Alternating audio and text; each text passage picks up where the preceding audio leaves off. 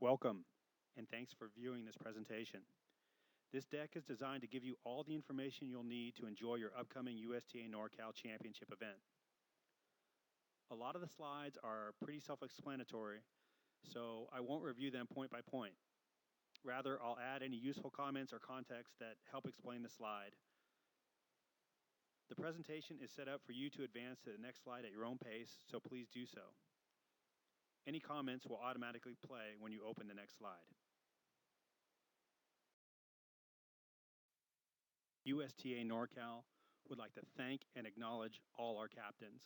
You guys are the unsung heroes of the League's program, and without you, there would be no League's program. Captaining is often a difficult job, often a thankless job, but we appreciate you, and players, be sure to acknowledge your captains.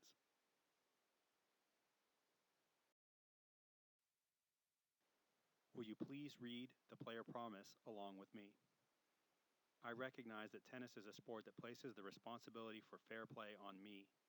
I promise to abide by the rules of the game, which require me to give the benefit of the doubt to my opponent.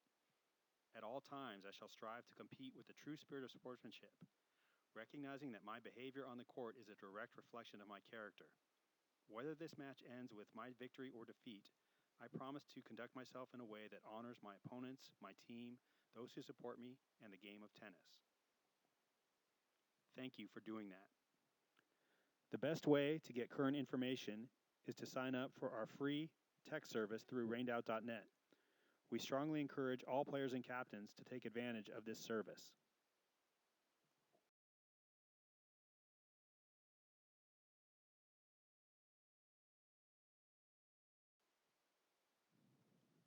USTA NorCal is happy to provide snacks and bananas for the players, but please, take only what you need and don't treat it as a trip to the grocery store.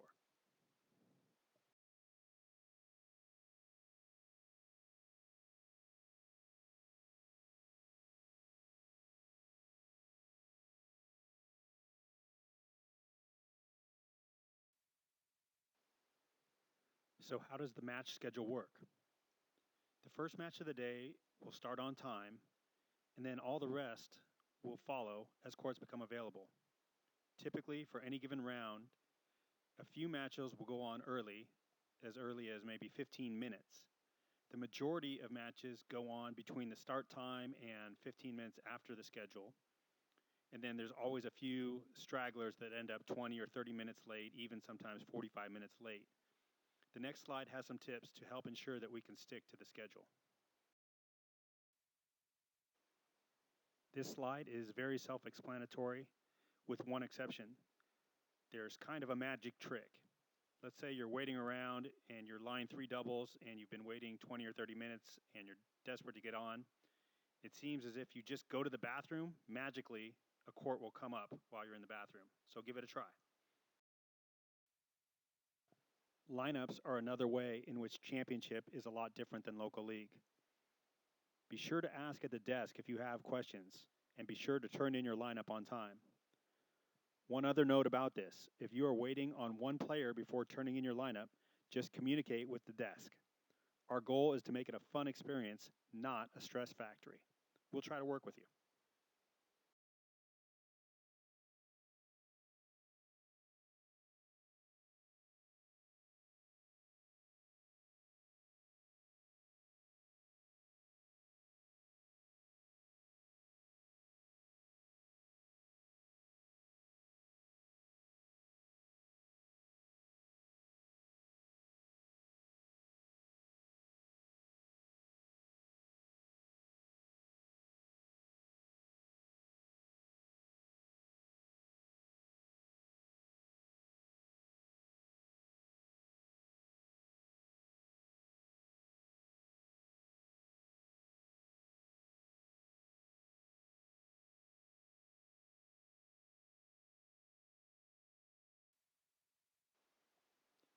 Our championships are big, really big, with hundreds of teams and thousands of players. There are very few clubs that can accommodate our events, so it's important that we behave in such a way that they're willing to keep having us back. So please be a good guest.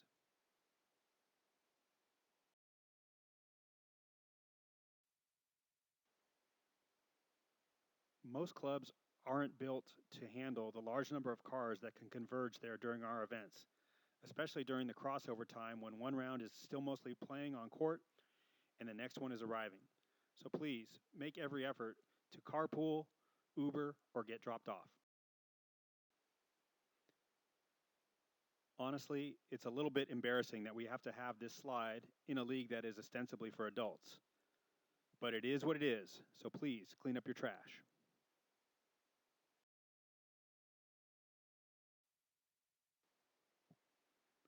Pets are great. We love ours as much as you love yours, but they simply don't belong at championships, so please don't bring them.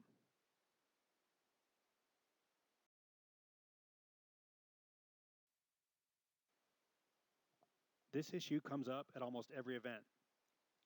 Basically, you should think about it in terms of fairness.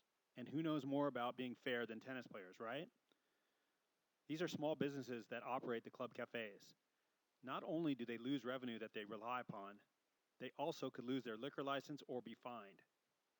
So please, if you want to socialize with a beer or some wine, that's great. But respect the facility, follow the rules, and purchase it on site.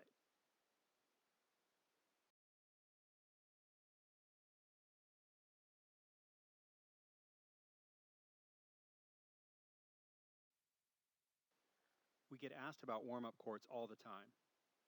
To put it simply, they're not available except before the first round of the day. After that, if there's an open court, chances are we're sending a match out to it or it's a court that we have not rented. So please, don't try to warm up on open courts at the facilities.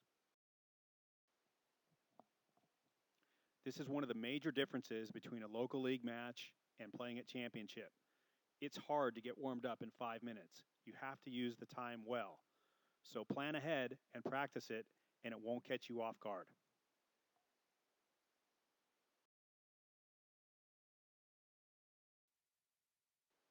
Championships are often the highlight of the tennis year for our players, including the chance to compete against the best players at their level. Our players incur expenses, take time off work, and give up weekends in order to play. It's a real bummer when you go to all that trouble and then don't get to play because of a default. So please, do everything in your power to avoid a default and field a full lineup.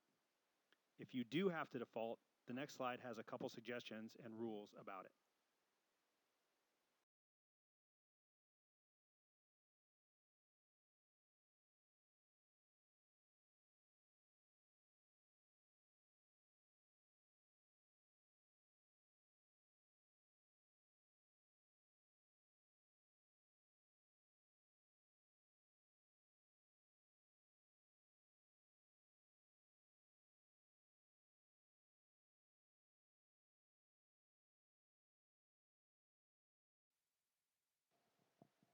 The one question that comes up is regarding singles.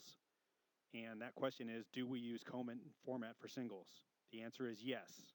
The reason is that it's the most consistent way for everybody at championships, and it's almost impossible to get it wrong.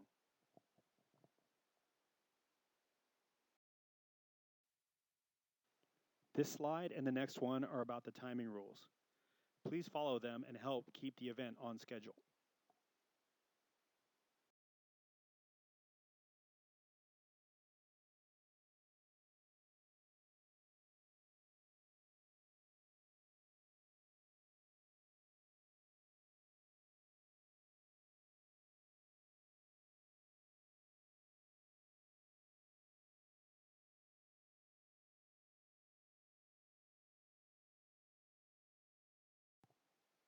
As mentioned previously, this is an adult tennis league.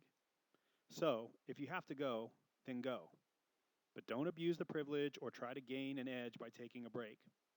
It's simply not fair or sportsmanlike. By the way, reasonable is defined as the amount of time it takes to walk briskly to the facility, use it, and then walk briskly back.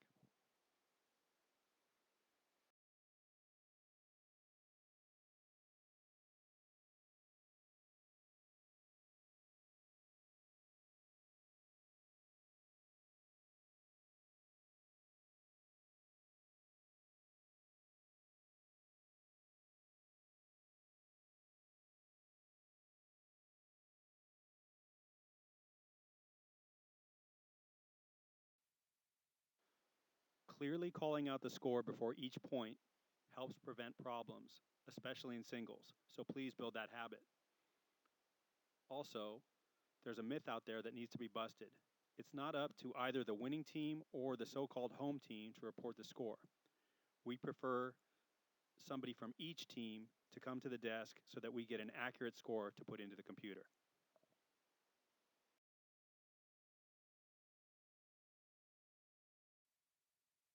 One of the biggest differences at championships is the presence of officials, which most of us are not used to. These next few slides give some specifics so that you will know what to expect.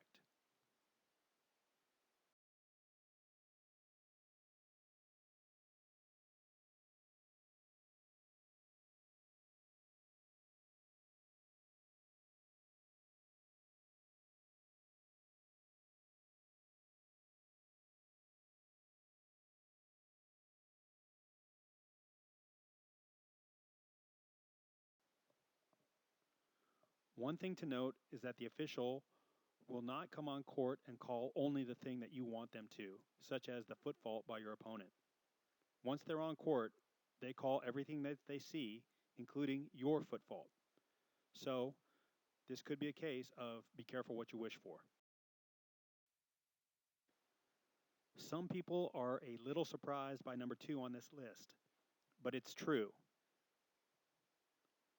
And I'm not going to even comment about number 3, which thankfully is pretty rare.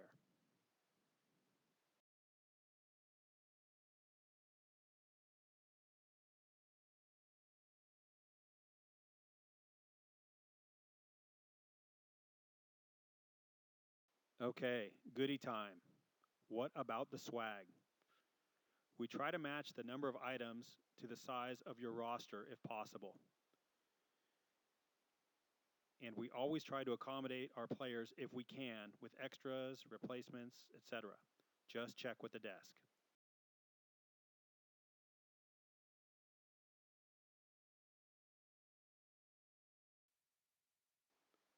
I was pretty skeptical about these pins when they first came out. I was thinking, why are we rewarding people for doing what they're supposed to? It kind of reminds me of every kid getting a trophy for participation when they didn't earn it. But after seeing the effect that these pins have on people when they receive them at championships from their opponent, I'm now a believer. So my thinking has changed to try to be the type of player that your opponent wants to recognize for good sportsmanship after the match. Thank you for watching this presentation. We hope it helps you have a great experience at your upcoming championship. We wish you and your team the best of luck, and remember, always play hard, but always play fair.